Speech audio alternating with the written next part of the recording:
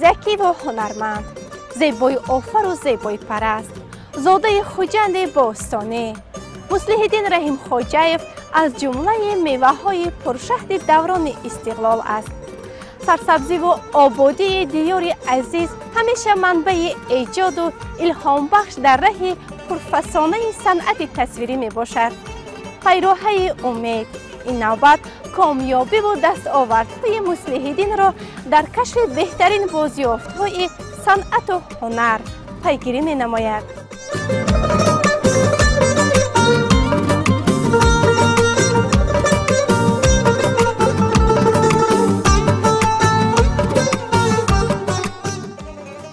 جوان شبیه فصل بهار، زیبا و با تراوت، زودگذر است.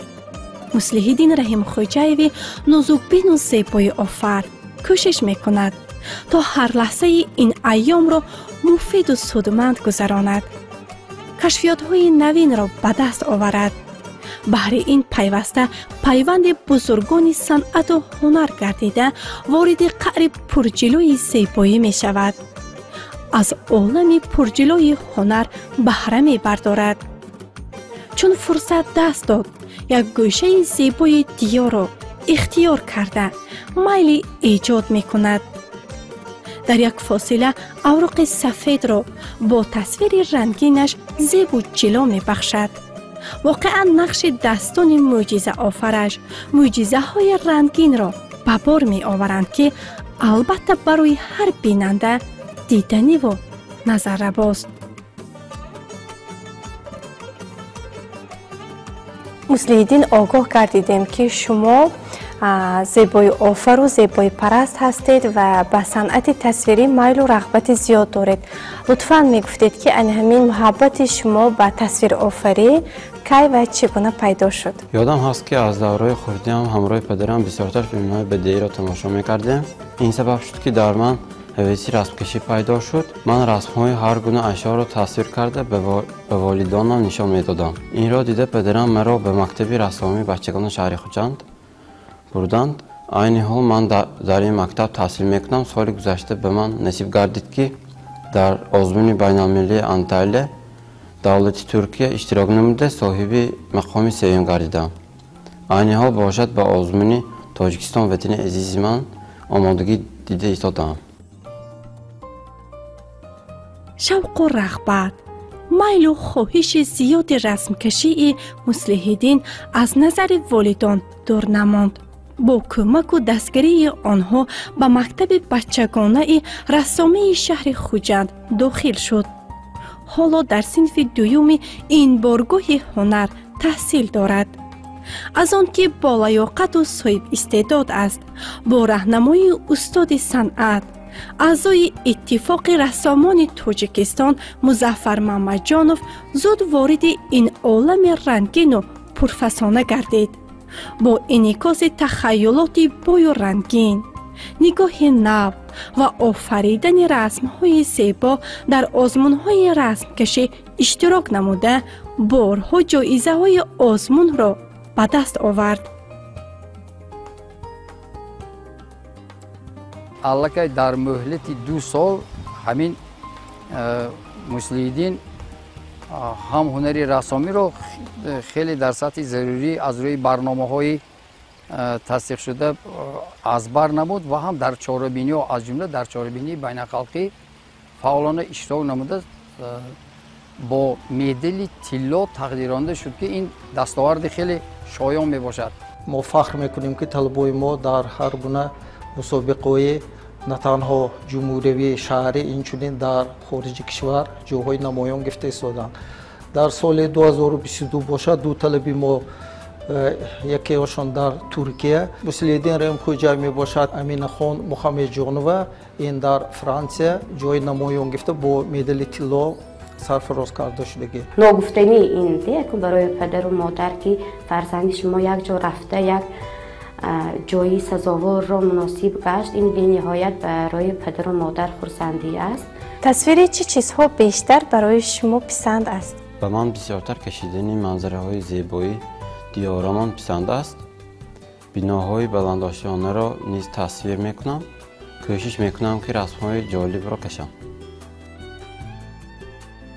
لیتسه دانشکده پلیتکنیکی شهر خوجند که نام اکادمیک محمد اوسیمی را دارد، در بر خود آموزگاران و طالب علمان بهترین و موفق را پرورش می نماید و تربیه می دهد. مصلح الدین رحیم خوجایف از شمار طالب علمان کامیاب این لیتسه است. عین حال در صنف دهم با بهای اعلا و رفتار نمونوی پی خوانش و دانش اندوزی است. آموزش فنهای طبیعت شناسی بیشتر برایش پسند است. از این خاطر با خواهش دوچند از آموزگار جوان و امید بخش اسرار طبیعت را می آموزد و به خود برداشت های مفید می گیرد. از آن که امکانیت در این بارگاه معرفت فراهم است. برای طالب علمان به خصوص مصلح الدین بهر خوبتر و بهتر دانستن فن شیمی مهم و مفید است. Для приготовления шаурчи сначала наливаем воду, потом индикатор, металлический калец.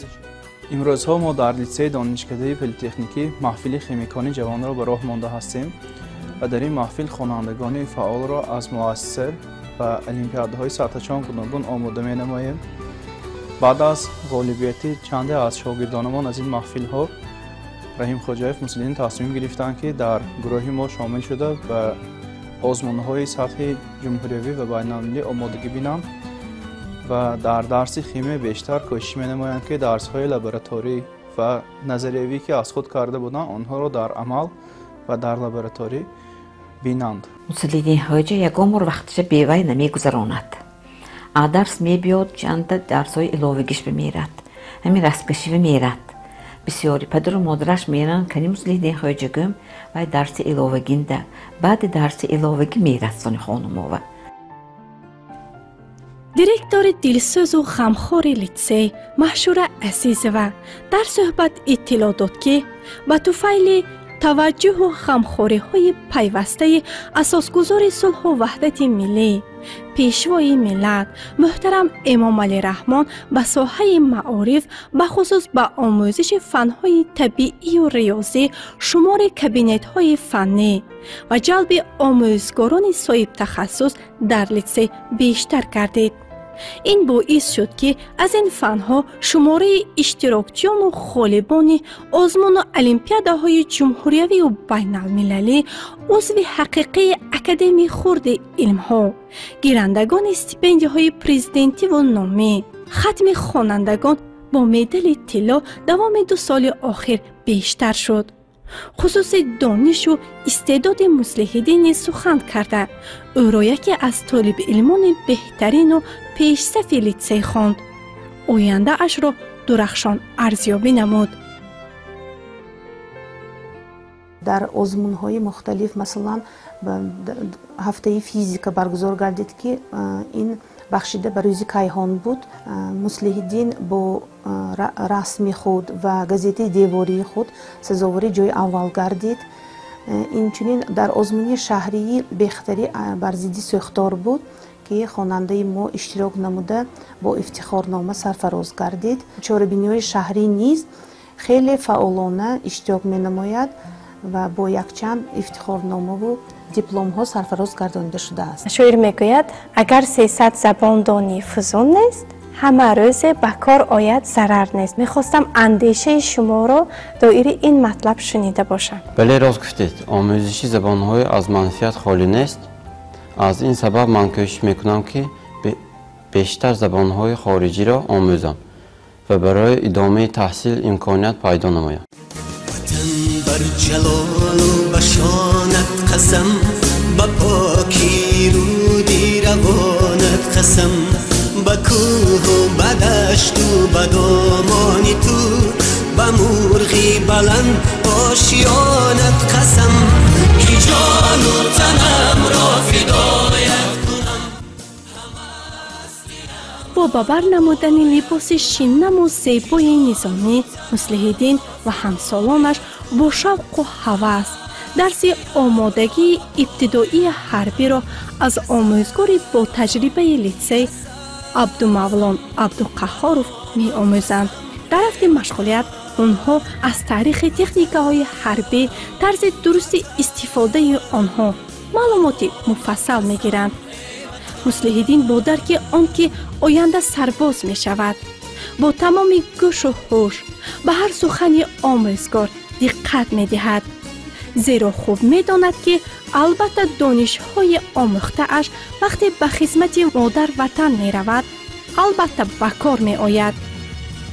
قسم قسم بنامت قسم ای وطن وطن وطن بنامت قسم ای وطن.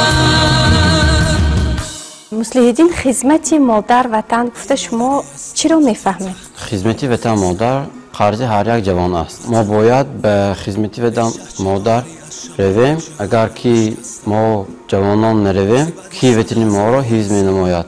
رحیم خوجه مصلح الدین یکی از خوانندگان فعال این فن می باشد که هنگام آموزش یا پرسش درس همه وقت او تیار است. هنگامی به قسم‌های حربی دیدن رفته بودیم او از تکنیک‌های حربی و جای‌های خوب و رفت زندگانی عسکران شناس نموده و خود یک حسیات وطن پرستی وطن پروری حس کرده و خدمت وطن مادر آماده شده ایستاده است. آموزش کسب و هنر را مصلح الدین برای هر جوان مفید می شمارد.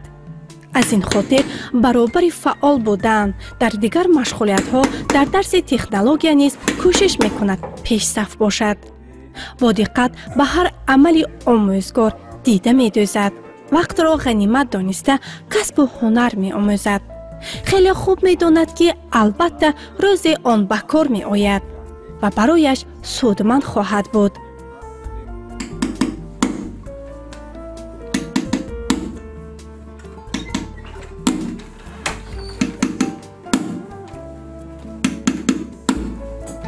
در آینده این خواننده میتواند با این هنری خود با این مهارت خود فرض کنیم ارکیتکت یعنی معمار شدنش ممکن یا اینکه نقاش رسام شدنش ممکن و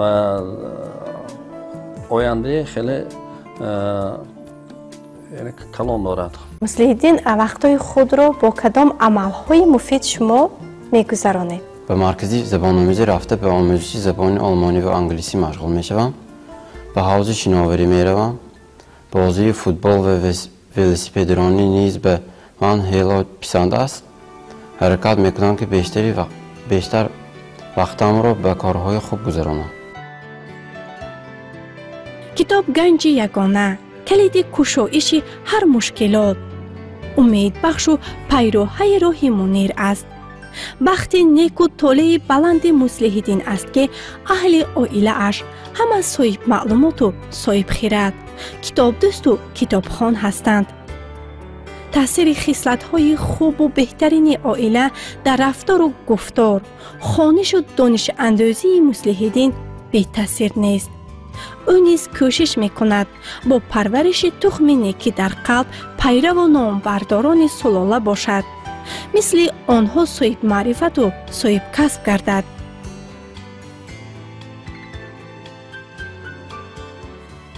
بسیارتر یک جای با همدیگر وظیفه‌های خانگی تیار میکنیم. از خردیش صنف‌هایی که ابتدایی میرفت همراه درس‌ها را تیار میکردیم. کنجکاوی میکرد، از هر طرف سوابا میداد، پرسیدن میخواست، فهمیدن میخواست.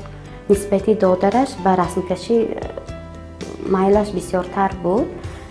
یکم هم خانه های بسیار آشیانه، هم یا گلو یا اینکه ترمیوه و همین چیزای بسیارتر کشیدن به دوست می داشت.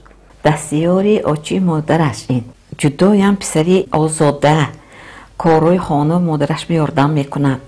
من یه مادرش یکم وای کنیم کار فرماییم یکم بار گپی نیست ایننده. به اندیشه مصلح الدین ورزش برای سالمی جسم رو تاثیر بزرگ دارد. از این خاطر هر فرصت در می‌یابد و بازی‌های ورزشی از جمله فوتبال مشغول می‌شود. در بازی نیز برای به دست آوردن غالبیت چست و چالاکانه توپ را به نشان میگیرد.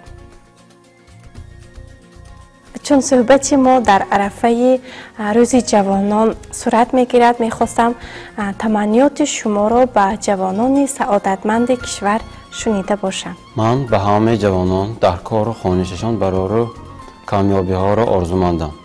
آرزو میکنم که جوانان همیشه سربلند و سلامت باشند و با هنر و استعداد بلندشان بهره پیشرفت این کشور عزیز سهم خود را گذارند. برای بنیاد معمار آینده اش مصلح‌الدین صاحب ذوق و دوراندیش پیوسته کوشش و زحمت میکشد. همیشه مشق ایجاد و تکمیل مهارت مینماید. همنشین استادان هنر گردیده با کار و عملهای آنها شناس می شود. آرزو دارد که با انتخاب کسب معماری نقش دستان او نیز زیب بناهای نوبنیاد گردد و در آبادی و خرمی دیار سهمگذار باشد.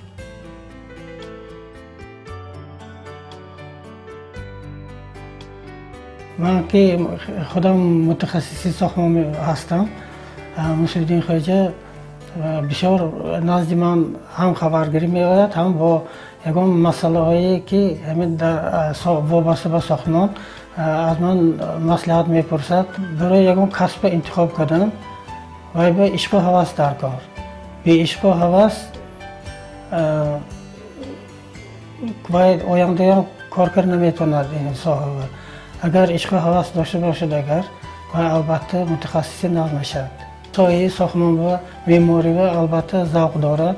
من باوری دارم که آینده از متخصصی بهترین میبراید. شما کسب معماری را انتخاب میکنید، فکر میکنم برای عملی کردی آرزو و نقشه های خود الکی کوشش و تلاش دارید و میگفتید که عین حال برای داخل شدن به دانشگاه چگونه آمادگی دارید؟ برای کسب آینده‌ام تیاری جدی دارم. بیشتر وقت به کشیدن رسم‌ها مشغول میشوم. از استادان صنعت مصلحت‌های مفید میگیرم. آینده من در مسکو در دانشگاه پیشرفته ساحه معمار و شهرساز تحصیل میکنم. مصلح‌الدین دوراندیش و نیک خصلت کوشش میکند تا آرزویش سبز و غنچه امیدش با ثمر گردد. بهر این همیشه با اراده قوی پای آموزش و تکمیل ملکه و مهارت کوشش و تلاش می نماید. برایش بختی بلند و طالع نیک را آرزومندیم. اطمینان داریم که با دستان معجزه آفرش بهر شکوفایی تاجیکستان عزیز سهم شایسته میگذارد.